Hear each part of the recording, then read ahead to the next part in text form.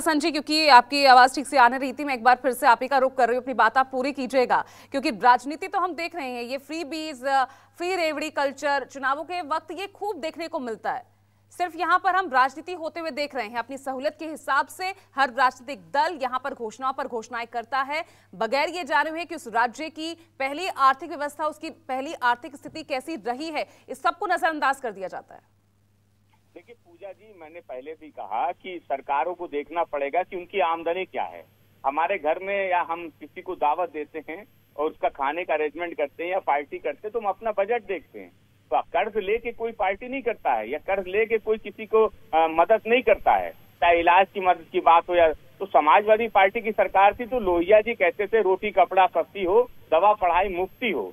तो समाजवादी की सरकार में आदरणीय अखिलेश यादव जी की जब सरकार थी तो हमने अगर लैपटॉप बांटा तो नौजवानों को देने का काम किया, हमने कन्या विद्या धन दिया, तो बेरोजगारी भत्ता देने का काम किया।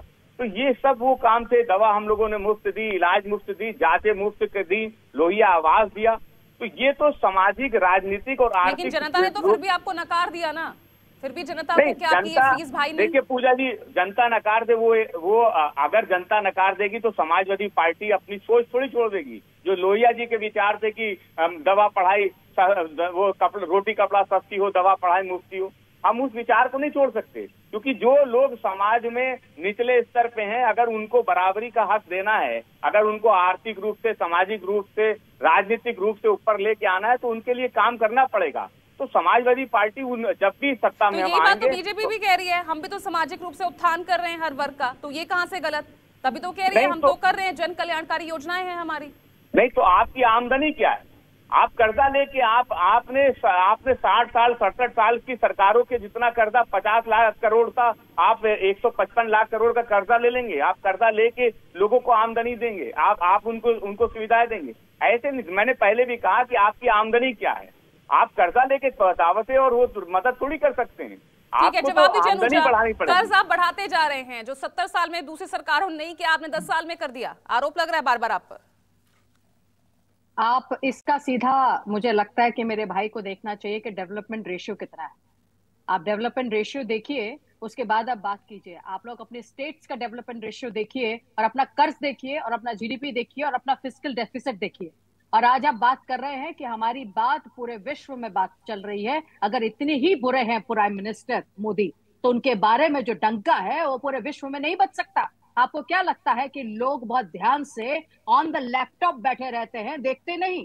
तो इंडिया जिस जगह पर आगे डेवलप्ड नेशन की तरफ जा रही है, एक बार मैं 10-10 सेकंड में सबको देना चाहूंगी, वक्त बहुत कम बचा है। 10 सेकंड नीरज जी, पहले आपके पास आ रही हूँ।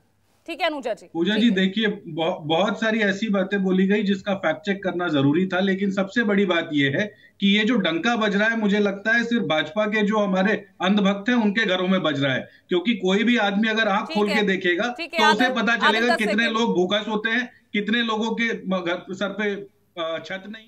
ठीक है आदिल, देखिए डंका तो इनका बज रहा है, डंका तो इनका बज रहा है। ललित मोदी, नीरव मोदी, विजय माल्या, नितिन संदेशरा को जो लाखों करोड़ रुपए देके इस देश से भगा दिया इन्होंने, वो जाके विदेश में इनके नाम का डंका तो बजा ही रहे हैं। पूरे देश को लूट कर अपने पूंजीपति मित्रों को जो पैसा दे रहे हैं, गरीबों का पैसा, हम सब का पैसा लूट करके चंद पूंजीपति मित्रों को देने वाले आज पूरे देश में डंका बजा रहे हैं। ब्रिजभूषण शरण सिंह की पार्टी पूरे देश में डंका बजा रही है, उसमें कोई शक तो है ही नहीं।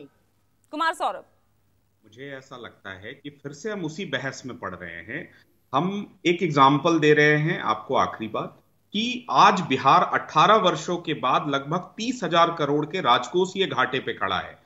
हम बजट करते हैं 3% का फिस्कल डेफिसिट और finally at the end of the year वो हो जाता है 11%। आंकड़े सब जानते हैं ना सौरभ, Which means कहीं ना कहीं हल निकालना है, लेकिन फिर वही हमारी प्लानिंग में कमी हो जाती है। 10 सेकंड आपको दे रही हूँ फखरुल जी।